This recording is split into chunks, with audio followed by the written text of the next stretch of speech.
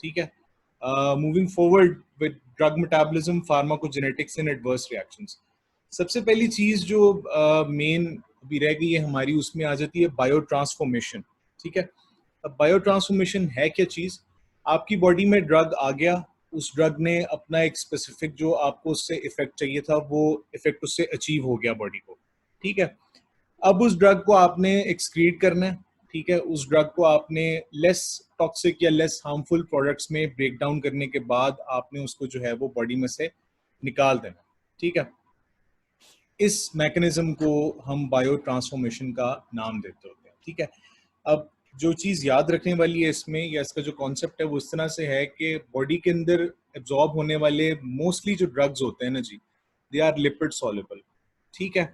और lipid soluble होने का मतलब है कि वो जो आपकी हर सेल की एक अल्लाह ताला ने डबल लेयर मेम्ब्रेन दी हुई है, जिसके बाहर जो है वो हाइड्रोफोबिक एंड्स हैं, अंदर जो है वो हाइड्रोफिलिक हैं एंड्स। उस सेल मेम्ब्रेन के अंदर एंटर होने के लिए तमाम चीज़ों का लिपिड सॉल्युबल होना बहुत ज़रूरी होता है। ठीक है। लिपिड सॉल्युबल, तुम लोगों को पता है कि विटामिन भी जो मेजॉरिटी है वो लिपिड सॉल्युबल या फैट सॉल्युबल है, जिसमें विटामिन ए, डी, ई, के। ठीक है। ये सारी चीज़ें ज़रूरी होती हैं सेल मेम्ब्रेन को पेयर्स करने के लिए, सेल मेम्ब्रेन से सेल के अंदर जाने के लिए। ठीक है। अब प्रॉब्लम ये होता है कि चूंकि ड्रग ज़्यादातर जो होते हैं वो लिपिड सॉल्युबल होते हैं। ठीक है। इजीली वो मेम्ब्रेन तो पास कर जाते हैं, लेकिन जब उनको निकालने का टाइम आता है वहां पर मसला आ जाता है हमारे। ठीक है। और उससे प्रॉब्लम ये होता है कि अगर आप उसको एलिमिनेट करके ब्लड के अंदर, सेल में ड्रग पड़ी हुई है। ठीक है। सेल से वो दोबारा ईसीएफ में आएगी, ईसीएफ से दोबारा ब्लड वेसल के अंदर आएगी, ब्लड वेसल के अंदर आने के बाद व्हाट हैपेंस इज कि उसको आपने रिमूव जब आप करवाते हो तो किडनी के अंदर जब वो ड्रग जाती है तो रीनल ट्यूब्यूल उसको वापस खींच लेता है। क्यों? क्योंकि वो लिपिड सॉल्युबल है। ठीक है। इसीलिए कि ड्रग को बॉडी में से रिमूव करना एक, जिसको कहते हो ना कि it's a pretty difficult task. तो उस चीज को काउंटर करने के लिए अल्लाह ताला ने बॉडी के अंदर कुछ मैकेनिज्म्स रखे हुए हैं।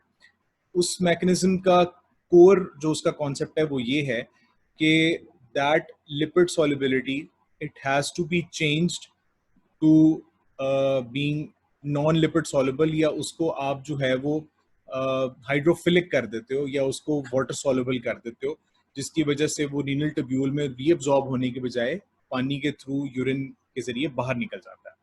ठीक है। The body obviously it speeds up the excretion by transforming any drugs to less lipid soluble या less readily reabsorbed forms। ठीक है। ताकि वो ड्रग जो है वो बॉडी में से बाहर निकल जाए। ठीक है। जैसे ही बॉडी के अंदर ड्रग आ गया है उसकी एलिमिनेशन जो है वो शुरू हो जाती है। याद रखिएगा कि 3 अल्लाह पाक ने रूट्स रखे हुए हैं एलिमिनेशन के, जिसमें हेपेटिक मेटाबॉलिज्म आ जाता है। अगर तुम लोग याद करो फिजियोलॉजी के अंदर तुम लोगों ने जीआई में पढ़ा था कि लिवर के कुछ फंक्शंस होते हैं जिसमें एक डिटॉक्सिफिकेशन और मेटाबॉलिज्म का फंक्शन भी होता है। ठीक है। लिवर बेसिकली आपके जो ड्रग्स की हार्मफुल जो पॉसिबल कॉन्स्टिट्यूएंट्स उसके हो सकते हैं ब्रेक डाउन करने के बाद, उनको वो लेस हार्मफुल या नॉन टॉक्सिक के अंदर चेंज कर देता है। दूसरा यहाँ पे लिखा हुआ है बिलिरी एलिमिनेशन। ठीक है। बाइल तुम लोगों को पता है it's mostly made of bile salts, और उसके अंदर जो होते हैं वो फैट इमल्सिफाइंग एजेंट्स होते हैं। ठीक है। वो जो बाइल के कॉन्स्टिट्यूएंट्स होते हैं वो कहाँ से बनते हैं? आरबीसी की जो ब्रेक डाउन होती है ना, उसके अंदर से जो आपका फेरेटिन वगैरह और ये सारी चीजें निकलते हैं, वो उस चीज को बाहर जो है वो निकालते हैं उसको। ठीक है। थैंकफुली लोग कुछ ज्यादा आ गए हैं, अभी 11 हो गए हैं। बहरहाल लेक्चर कंप्लीट करने के बाद फिर रखते हैं इसको। अच्छा। और फाइनली यूरिनरी एलिमिनेशन या रीनल एलिमिनेशन होती है जी। उसके अंदर आपको भी पता है कि जो किडनीज हैं वो एलिमिनेट करते हैं थ्रू सिलेक्टिव रीअब्जॉर्प्शन। वो जो पूरा किडनीज के अंदर एक पूरा प्रोसीजर चलता है ब्रेकडाउन का, एलिमिनेशन का, वो सारा वहाँ पर जो होता है वो प्रोसेस कैरी आउट होता है, जिसके बाद finally the drug is eliminated और प्लाज्मा के अंदर जो ड्रग की कॉन्सेंट्रेशन है वो रैपिडली जो है वो डिक्रीज करती है। ठीक है। ये एक डायग्राम देखो, ये मैंने लिपिन कॉर्ड से उठाई है। ड्रग जो है वो लिपोफिलिक हो गया। लिपोफिलिक मीन्स के इट इज लिपिड लविंग, या जो आपकी सेल मेम्ब्रेन है उसमें से रेडिली क्रॉस कर जाता है। लिपिड सॉल्युबल है ड्रग, ठीक है।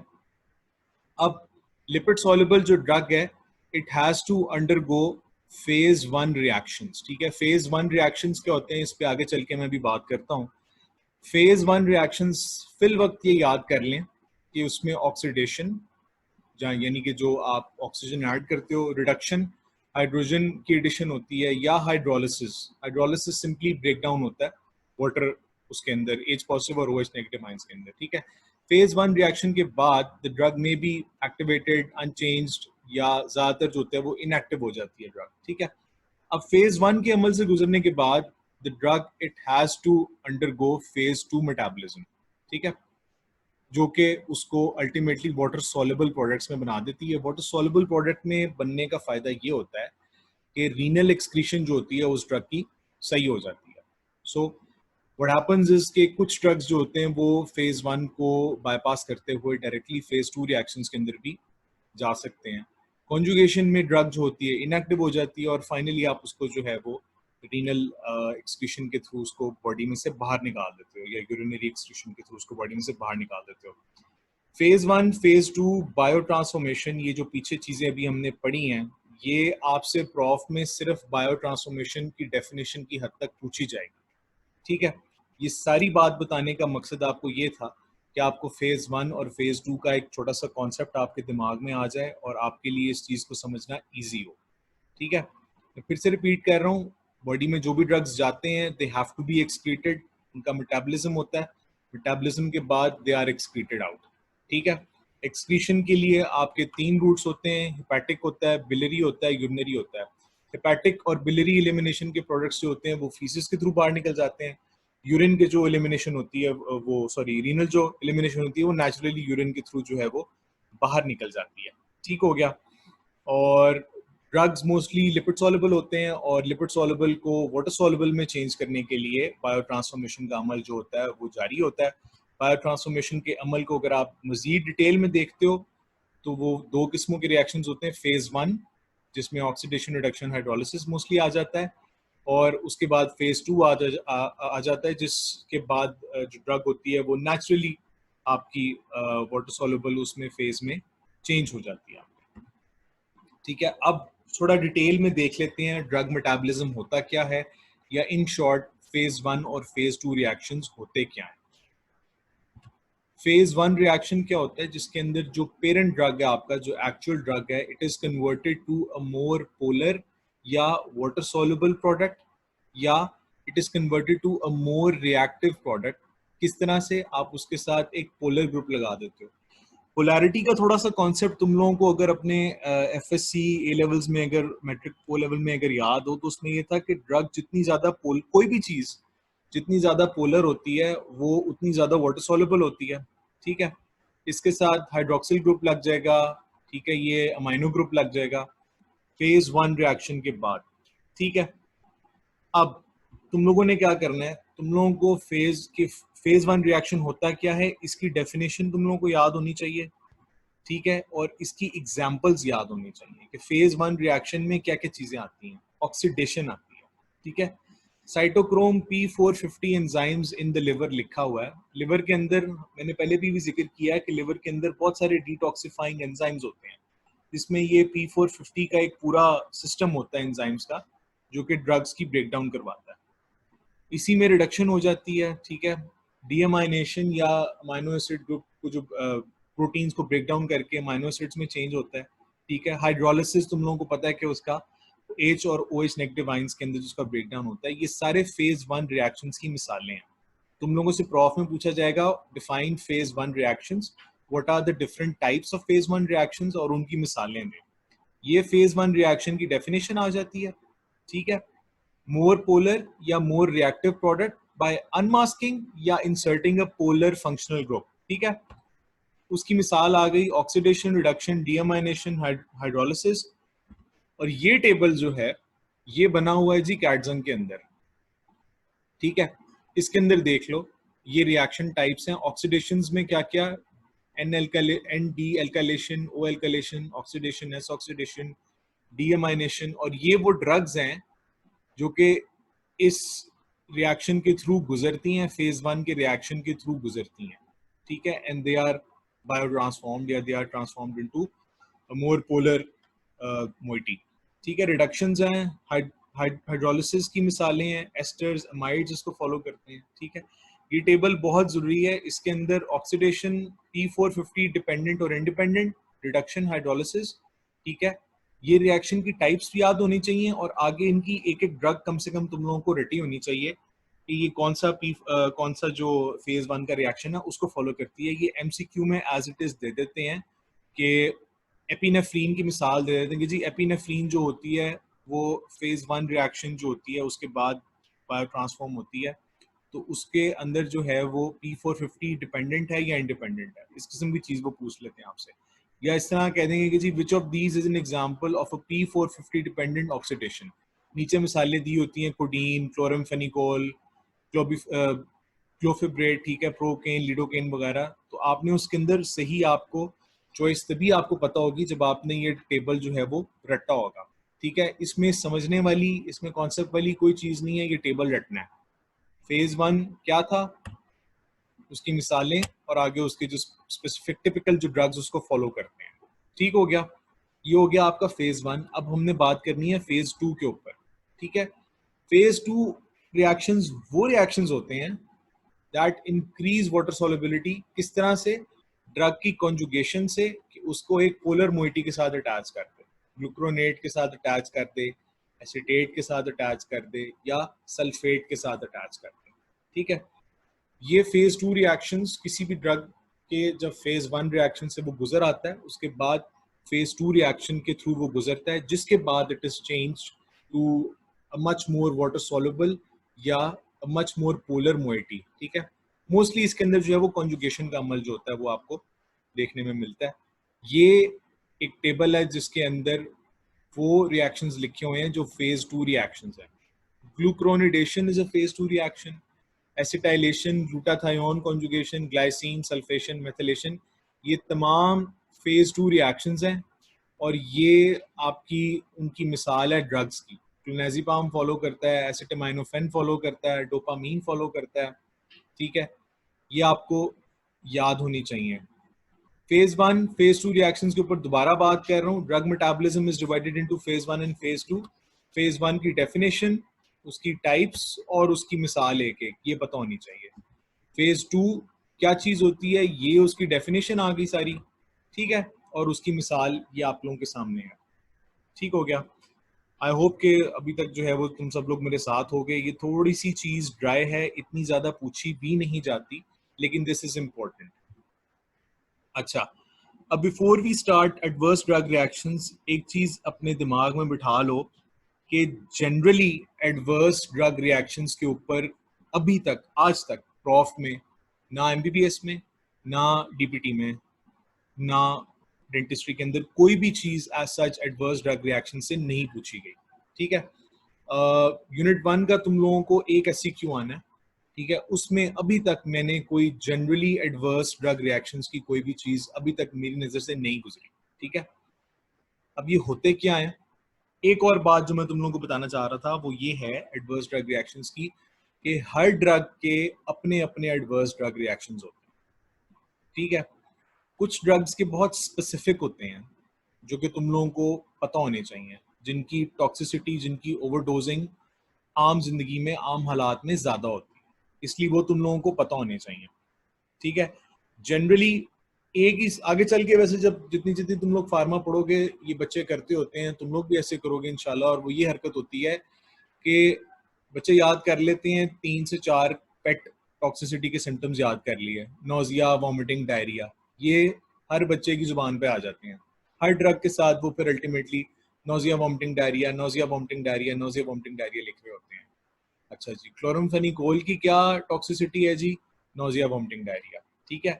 आपकी एसिटामिनोफेन की क्या है? Nausea vomiting diarrhoea. लेकिन कुछ ड्रग्स ऐसी होती हैं जिसके अंदर नोजिया वॉमिटिंग डायरिया जो है वो नहीं आता, तो बच्चे वहां पे चूंकि एक ही उन्होंने याद किया होता है तो वो उसको उठा के उधर ही लिख देते हैं, जिसके बाद उनके नंबर कट जाते हैं, ठीक है। लिहाजा हर ड्रग का एक एक आपको टॉक्सिक रिएक्शन या उसका ड्रग टॉक्सिसिटी ओवरडोज आपको पता होनी चाहिए क्या हो, ठीक है।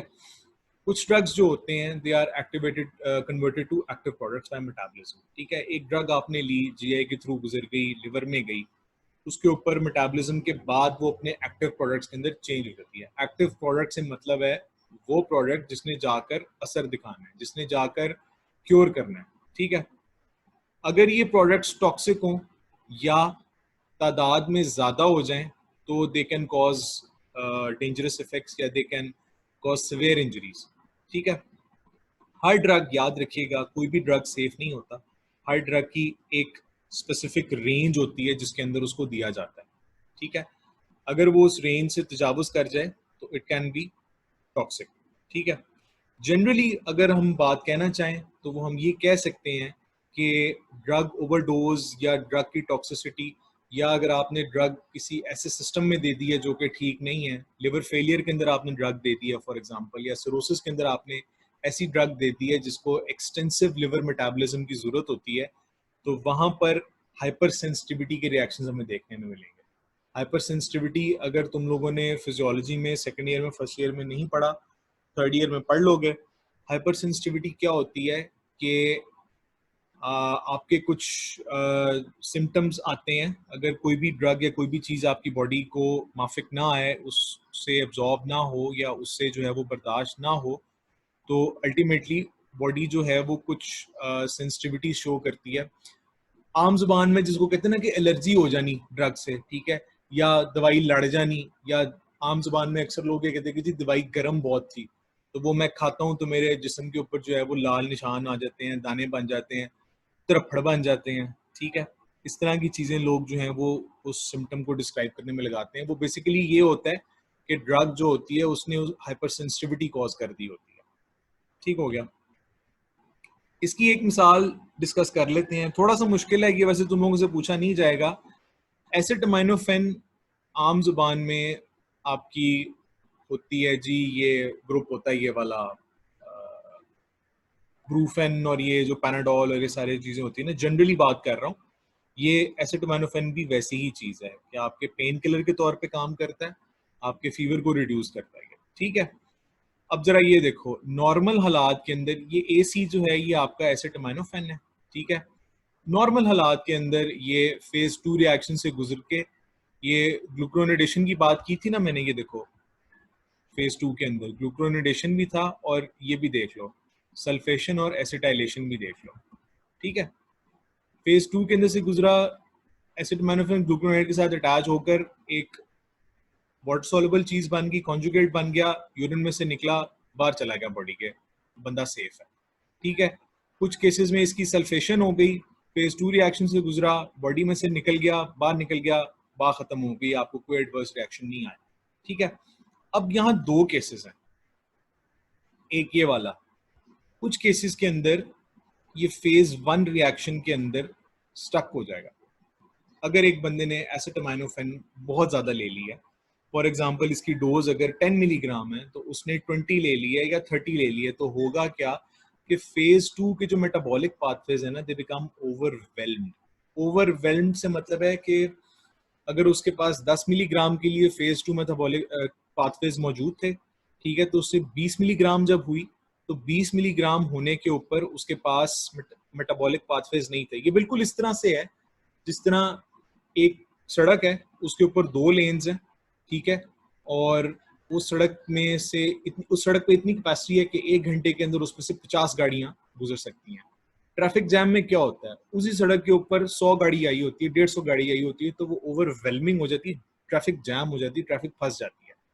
सिमिलरली यहाँ पर भी यही हो रहा है कि phase 2 metabolic pathways they are overwhelmed due to large overdosing. Drug बहुत ज्यादा है, कन्वर्ट नहीं हो रही, तो फेज 1 में फंस गया, साइटोक्रोम P450 में। मैं वापस जाते थे, मकसद सिर्फ इसको बताने का यार ये है कि फेज 2 अगर ओवरवेल्म हो जाए तो फेज 1 के ऊपर लोड आता है और वो टॉक्सिक प्रोडक्ट्स जो है वो बना देता है, जिससे अल्टीमेटली ये हेपेटिक सेल डेथ और जो आपके जो बुरे बुरे चेंजेस हैं सारे वो आपके होने शुरू हो जाते हैं, ठीक हो गया। इसको आप लोगों को ऐसे याद करने की, पूरे टेबल को या कुछ ऐसा करने की आपको जरूरत नहीं पड़ेगी आपको, क्योंकि ये सच इतना ज़्यादा नहीं पूछा जाता, एटलीस्ट आप लोगों को नहीं पूछा जाता, ठीक है। फार्माकोजेनेटिक्स या फार्माकोजिनोमिक्स भी आपके सिलेबस के अंदर एक टॉपिक दिया हुआ है। तो इसके अंदर सिलसिला सिर्फ ये है कि आपने सिर्फ इसकी डेफिनेशन याद करनी है, आपने इसकी डिटेल्स में जाने की जरूरत नहीं है। इस पे ना एमबीबीएस में सवाल आता है, डीपीटी से आज तक कोई सवाल नहीं आया। हाँ, स्टैटिस्टिक एग्जामिनर होगा जिसने घर से नियत करके आया होगा कि मैंने फेल करना है, इट माइट बी कि वो आपसे ये सवाल पूछ ले। होता क्या है, it's a rapidly growing area of knowledge regarding the genetic variations which influence drug metabolism and drug effects, ठीक है। तुम लोगों ने ये कहानी सुनी होगी कि जी हमारे बड़े बूढ़े बूढ़े जो हैं वो ये बताते होते कि जी हमारे दौर में सिर्फ एक पेंसिलिन होती थी, फिर वो आहिस्ता आहिस्ता नाकाम होनी शुरू होगी लोगों को ठीक करने में, फिर उसके बाद अब ये सिप्रो और ये बहुत सारी और चीज़ें आ गई हुई हैं, ठीक है। तो अब जो है बेसिकली होता क्या है कि ड्रग्स की जो इफेक्ट्स वगैरह जो सारी चीज़ें होती हैं ना, ये भी जेनेटिक लेवल के ऊपर जो है जाकर बहुत सारी चीज़ों को चेंज करती रहती हैं, और स्पेशली जो आपके माइक्रोब्स होते हैं ये भी रेजिस्टेंस डेवलप कर लेते हैं।